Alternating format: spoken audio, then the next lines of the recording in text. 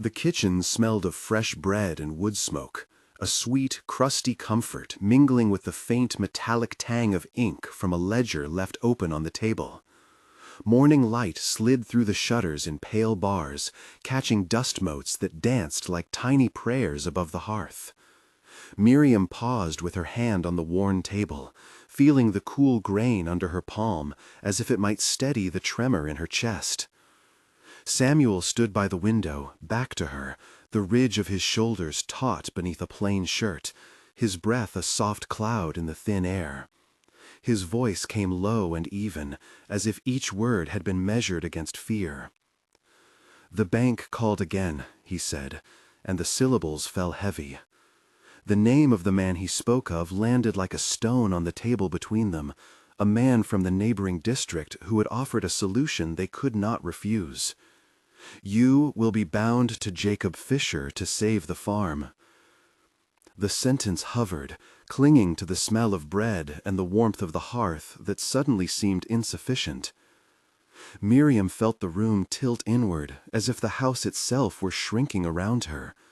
She did not cry at first. Her mouth tasted of flour and salt and something very old within her. "I will not be sold," she whispered, the words small and brittle and sharply honest. "Where are you listening from?" she asked the listener, as if confiding in a friend across fields and distances. "Tell us the town you come from and one word that describes how this moment feels to you." The path ahead curved away from everything she had known. Miriam had been raised among fields and hymnals, under a roof that kept secrets and prayers in equal parts. As a child, she had learned the cadence of a life that valued steady work and quiet devotion. Her small hands calloused by chores, and by the way she braided hay and hair with the same careful fingers. She had been taught to stitch hems with near religious patience, and to fold letters so that their creases told of restraint.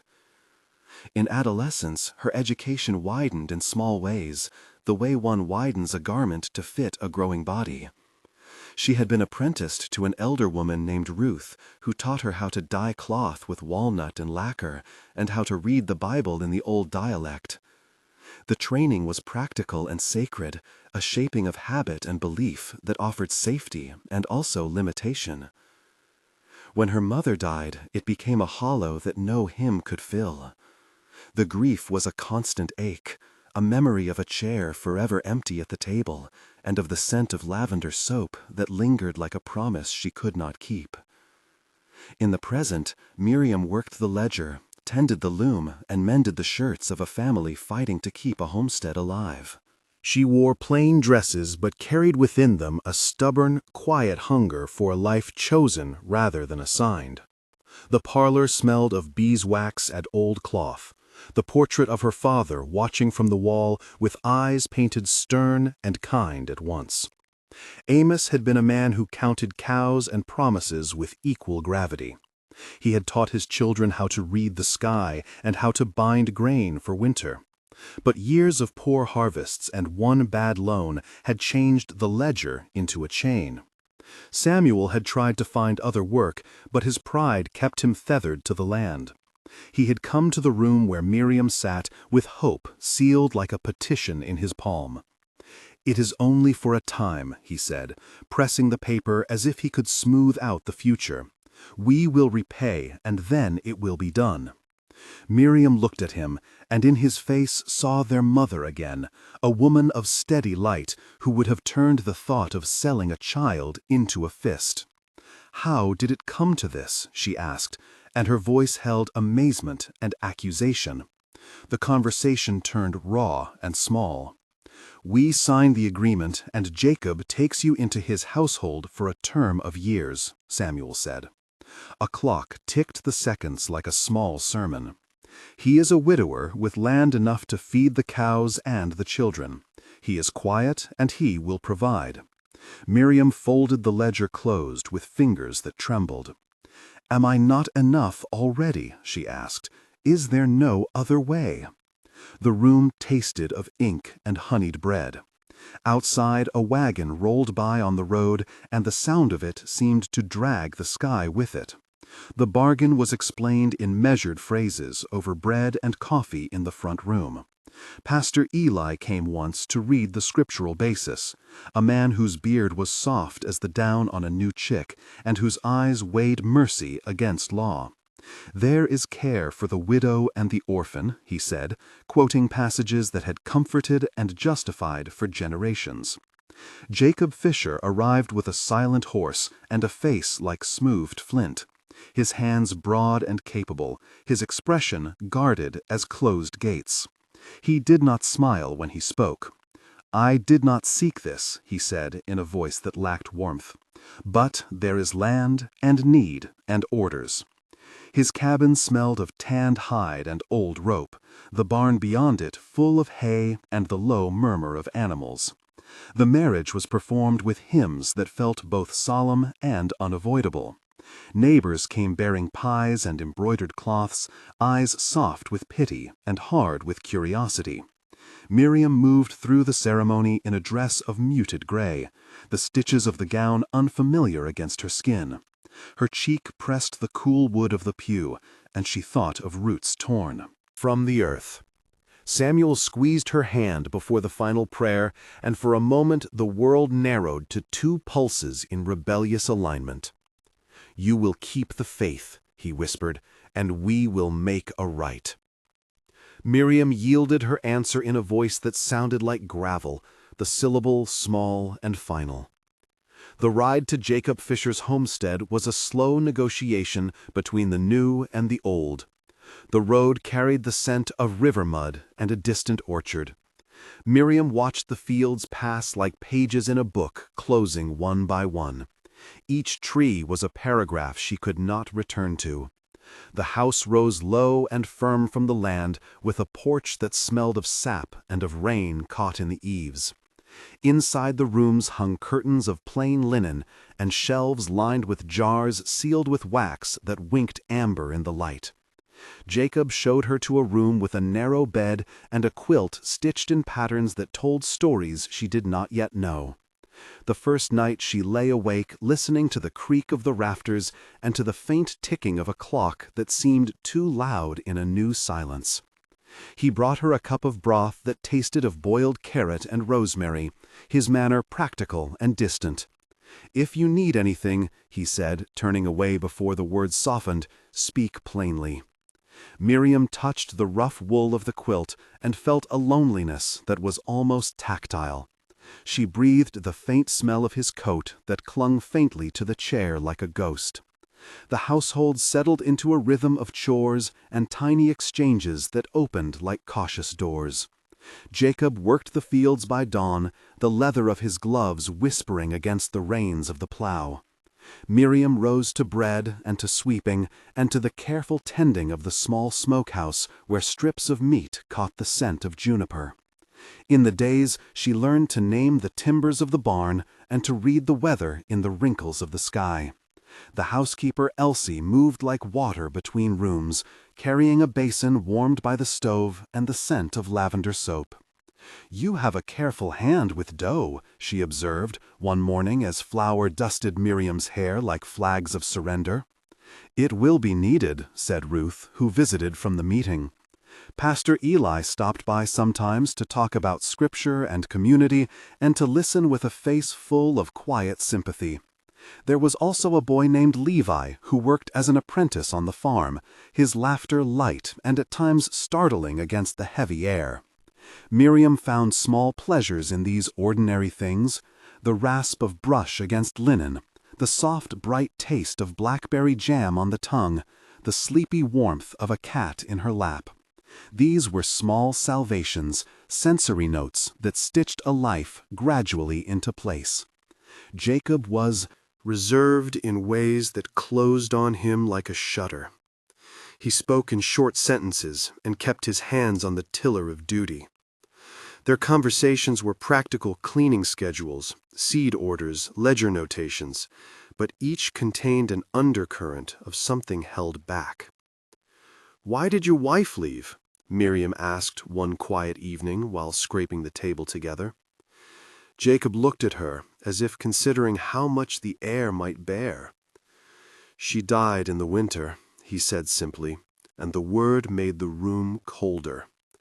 "I could not keep the brood alive, and she lost her health." Miriam felt the rawness of that admission like a stone at the center of a pond.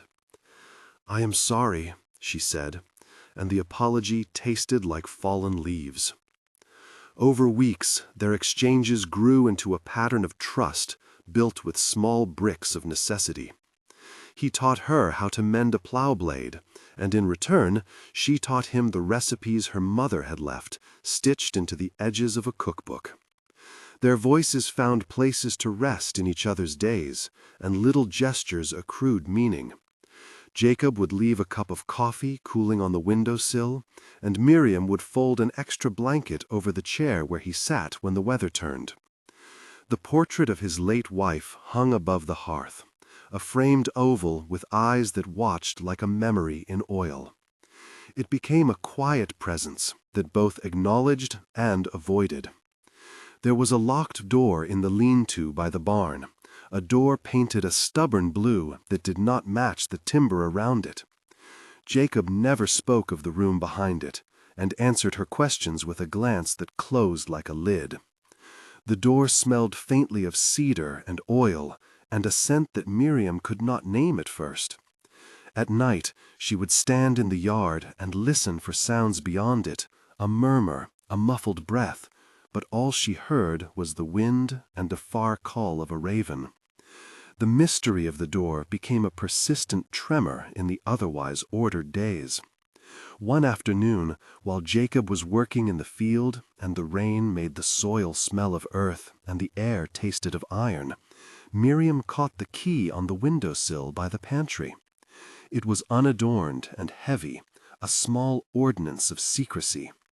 Her fingers closed around it, and it felt warm, as if it had been held recently. The decision to open the door was a slow unraveling, she told herself, a way to know the man she lived with, to understand the silence between them. She moved like a thief with the key, a soundless prayer. When the lock turned, the door gave with a soft creak, and a different world exhaled cedar and the sweet breath of hay. Inside the room was a small bed, a rocking chair, and a trunk that smelled of cedar and old cloth. There were toys arranged on a shelf, a small wooden horse with paint chipped away at the mane, and a bundle of tiny clothes folded with a precision that made Miriam's throat close. The portrait above the bed was not of Jacob's wife, but of a boy with eyes like late summer and a gap in his smile. The sight struck Miriam with a force that made her knees weak. She stepped closer and found that the trunk contained papers, letters tied with twine, and a brown leather journal bound by a strap. In the journal, the handwriting leaned toward sloping loops and small impatience. A name repeated in the entries as if a mantra: Levi, Levi, Levi. The pages told of late nights and of measures kept in secret, of a child born quietly and hidden against gossip and law. The secret unspooled like a spool of thread. She heard Jacob coming, and the bag of silence fell again into place, but nothing was the same. That night, when she confronted him in the stall where the smell of horses was warm and close, he did not deny it. "He is my son," Jacob said simply, and the words were a kind of confession and shield. "We could not keep him. The community would have judged and taken from us everything." Miriam felt a strange tenderness bloom in her chest, a protective green shoot. "Why hide?" she asked. Jacob's face was like a closed book. "Because I was scared," he said finally, "and because the boy needed time to be a boy and not a scandal." The revelation of the child named Levi rearranged the hush of the household into a new music. Miriam found herself drawn to the small figure who lived behind the blue door, a boy whose hair smelled like hay and who laughed with the careless abandon of those untouched by shame. He had a scar by his elbow from a fall and dimples that appeared when he ran. Miriam tended to him with the practical tenderness she had in spades, mending a sleeve, sewing a patch onto trousers, learning the precise simplicity of the games he liked. The household rhythm shifted into a conversation of two and then three. Elsie took to leaving plates of warm dumplings by the blue door, her hands moving with the grace of someone who understood how to keep a secret safe. Ruth organized small lessons for Levi at the table where flour dusted the wood like soft snow. Pastor Eli offered to teach him to read from the scripture when the weather was too rough to work. Each day, Miriam watched the child progress in small ways, in the smell of his hair, in the sound of his laugh, in the strength of his small hands. Jacob began to leave his work earlier and sit on the porch, his shoulders rounding, as if carrying a weight that eased when he looked at the boy. The house portrait of Jacob's late wife seemed to soften in Miriam's eyes, as if the family had made space for more than one grief. There were moments in the fields and in the kitchen when attraction flared like sunlight on frost, surprising in its intensity.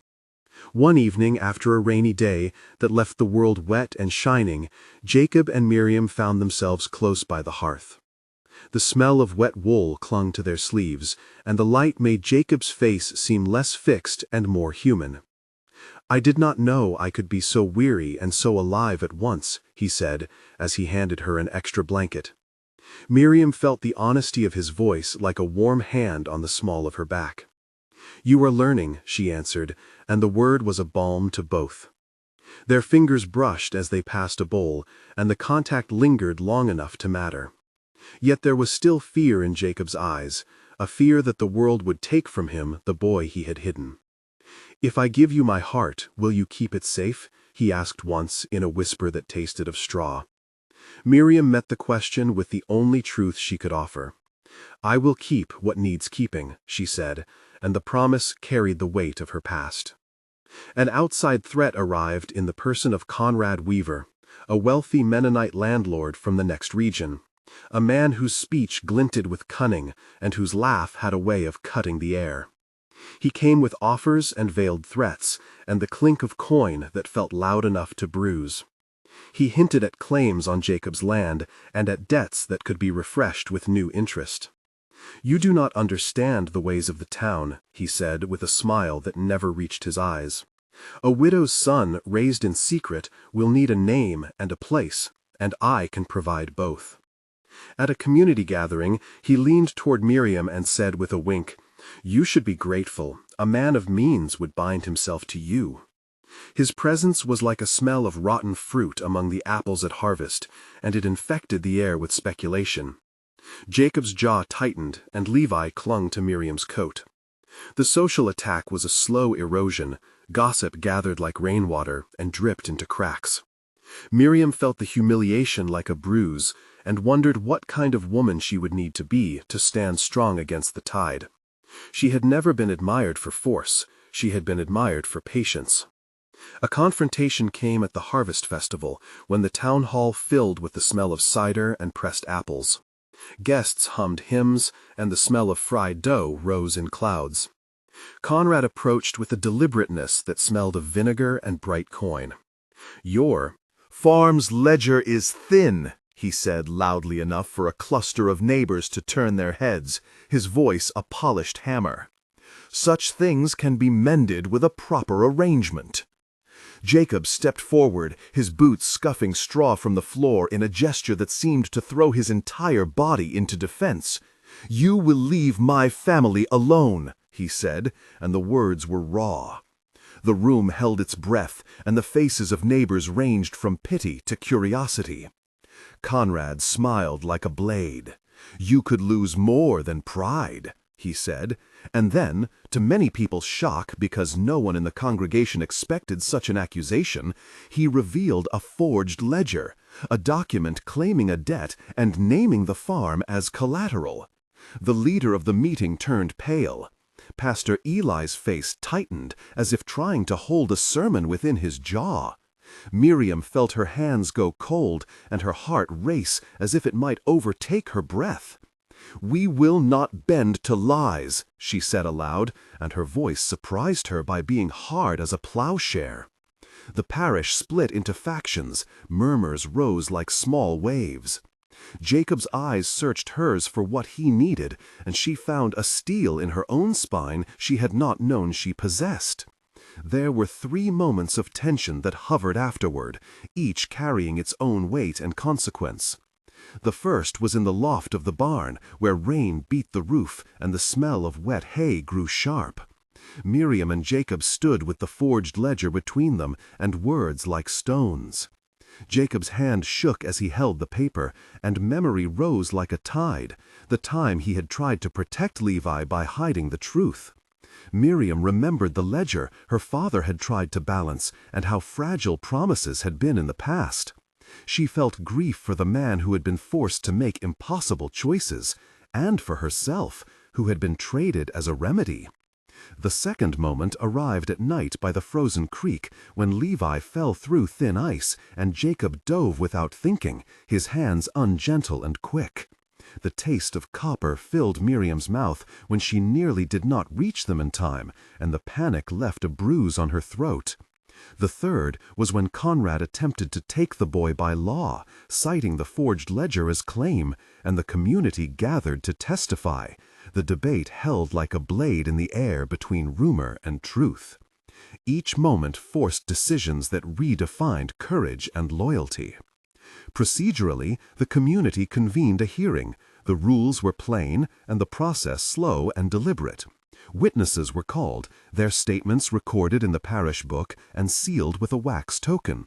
The clerk read each page aloud, and the elders examined the signatures under the lamplight. The protocol required a period of review and a decision by majority, which could be appealed to a wider council if doubt remained. The hearing was technical and solemn and gave the affair weight and legitimacy. The rescue from Conrad's most aggressive attempt was neither cinematic nor swift, but it was wholly communal and precise, and it required the combination of small skills and great resolve. On a narrow morning, when fog lay heavy like wool over the meadow, a man arrived at the Fisher Gate with a carriage that smelled of oil and a driver whose eyes were sharp. He had come to remove Levi, taking advantage of the forged claim. Miriam and Jacob stood together in the yard, and the neighbors gathered like a living fence. Elsie brought a bowl of hot coffee, and Pastor Eli read an opening prayer, his voice steady and firm. Samuel had returned swift from the farm, and his presence was a bridge of blood and constancy. "You do not take what is not yours," Samuel said to the driver. Words were exchanged with the kind of politeness that contained steel under its cloth. The driver attempted to push past, and Jacob took a step, the movement small and explosive in its intention. "We will not let him go," he said, and his voice had a resoluteness that had been built quietly over months. The law of the meeting required witnesses, and the elders opened their book. The forged ledger was examined, its ink found wanting, and the signatures proved false. Conrad's smile dropped as the people turned on him one by one, their testimonies and loyalty making a net he could not escape. In the end, the attempt failed, and the child was kept safe, and the community's judgment fell like a gavel. There were wounds in the days that followed, both physical and of trust. Jacob had been struck by the driver's companion and bore bruises along his ribs. Miriam's hands trembled at first when she mended his shirt, but the work of sewing felt like a map of healing. Levi needed explanation, a way to understand that the world had tried to claim him and that he had been protected. The family convened in the kitchen at dusk, the light soft and forgiving, and spoke the names of their fears aloud, as if airing linens. "We will make a case to record the truth," Pastor Eli said, and his voice carried both faith and plan. The elder women cooked and sang small hymns that soothed the edges of fright. Miriam noticed how Jacob moved with a lighter step around the child, how his eyes warmed in a way she had not seen at the beginning. It was as if the act of defending the boy had unlocked something inside him like a sluice. A slow tenderness began to unfurl between Miriam and Jacob in the ordinary spaces of milk and mending. They found in each other a companionable patience and the astonishment of mutual respect. Jacob surprised her. He sat with Levi to fish at dawn, the mist a cool sheet across the creek, and the smell of wet earth strong and comforting. He sat with Miriam one evening on the porch and read passages aloud from a book his wife had left behind. the words a soft bridge between old grief and new trust. "I did not think I would laugh again," he said once, and Miriam felt a warmth like sunlight spread through her chest. "I did not think I would love again," he added, and the admission was simple as bread. She reached for his hand, and the contact was steady and honest as a promise. Their intimacy grew not as an explosion, but as a steady timber, a melody that rose and deepened with the seasons. Yet not all scars were public. Some were private and demanded quiet work to heal. Miriam had to forgive Samuel for the bargain, though his guilt was a constant and raw thread. Jacob had to face the community for the choices he had made in secret, for the good he had believed in. They both had to learn that honor and care sometimes required compromise, and that love could emerge from duty slowly like a river cutting a canyon. The blue door behind the barn remained a symbol. It was both shelter and history, an emblem of the choices kept under lock and key. Miriam polished its brass handle on certain mornings until the metal glowed faintly in the sun, as if to shine an honest light on what had been hidden. The climax of their struggle came when Conrad, humiliated and furious, attempted to set the barn ablaze on a midnight driven by revenge and the stupid brightness of embittered pride. The smell of smoke woke Miriam, the sharp sting of it scraping her throat like a file. She ran in a nightgown and felt the cold ground and the damp of dew soaking through her feet. Jacob and Samuel fought the flames with buckets and the help of neighbors, the sound of shouting loud against the sky. Levi was carried out, wrapped in a blanket by Elsie, her hands red from the heat and her face white but resolute. The barn had been scarred and much of the harvest lost, but the family and the boy were safe. Conrad was taken before the elders and his claim dissolved further into contempt. In the days that followed, the community rebuilt the damaged rafters and stacked the salvaged hay like a statement of defiance. The repair process required nails and beams and the precise measuring of lengths. The carpenters worked with saws that beat a steady rhythm, the smell of fresh-cut wood a hopeful note. The work of rebuilding the barn was at once practical and symbolic, a way to stitch the torn cloth of trust back together. The resolution for Miriam and Jacob was not an instant coronation, but a slow and real recognition that had been Mahoning. Earned. Jacob learned to speak of his past, not to hide it, and to allow Miriam into the quiet rooms of his sorrow. Miriam learned to choose the life she had been given and to shape it with her hands and voice. Their small family grew more visible in the village, children laughing in the yard, Levi running with bare feet on warm boards, and the neighbors coming for meals. Samuel took up a new role, helping to manage the ledgers, while Pastor Eli helped the family to register the boy's name and to clear the false charges. Ruth and Elsie found a new rhythm in the household, and the portrait above the hearth was kept as a reminder of grief and continuity. Conrad left the area, a cautionary tale, the memory of his shadow lingering but fading. 1 month later, Miriam sat by the window and watched Levi run circles around the stump with a small stick, and the air smelled like wet grass and bread fresh from the oven. She had learned the cadence of the household and moved through it with a measured ease, often humming a hymn without thinking.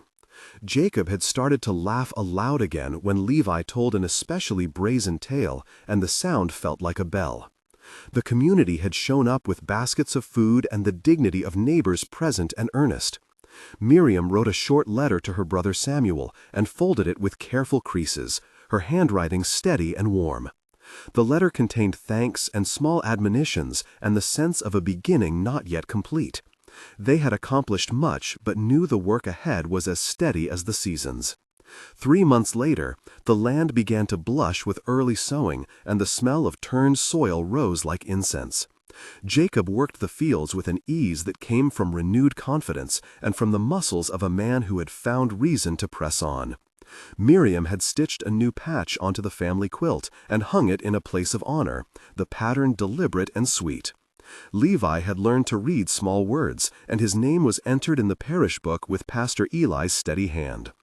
The village began to speak differently of the farm, proud tone woven into the gossip. There was an invitation to a communal harvest, and Miriam and Jacob stood together under lantern light, hands intertwined and faces soft in the glow. The days felt fuller, and the nights less heavy. The house held laughter and the knowledge that they had withstood fire and threats and the worst of decision. 6 months later, the family had settled into new rhythms that felt less provisional and more home. The barn had been rebuilt with stronger beams and a new coat of paint that matched the house. The blue door remained, but its presence had shifted from secret to shelter, a place where toys were kept and where Levi, small boots lined up like soldiers at attention. Jacob had learned to trust his neighbors and to let Miriam speak in the meeting when decisions needed a woman's steadied sense. Samuel had found peace in managing accounts, and Amos would sit for long afternoons on the stoop, his hands folded and a contented smile hidden behind his beard. Miriam felt the change in her own step, like a softened shoe, the courage no longer sharp but settled into a habitual shape. The portrait above the hearth felt less like judgment and more like a witness, the eyes of the painted father having seen a family make itself whole. In the end, the story closed with a small, honest redemption rather than a grand deliverance. Miriam had arrived at Jacob's house, promised by circumstance, and she left it holding a family by choice. Jacob discovered that a heart could be woken not by fanfare, but by steadfast small acts, by standing guard by a child, and by yielding his scars to another's care. The community learned that truth, and mercy could be neighbors. They rebuilt what had been broken and planted seeds that would feed many seasons. If this tale touched you, please subscribe so you do not miss the next chapter, and leave in the comments the town and the one word that captures how this journey felt. Thank you for listening and for making space for slow love and hard-earned grace.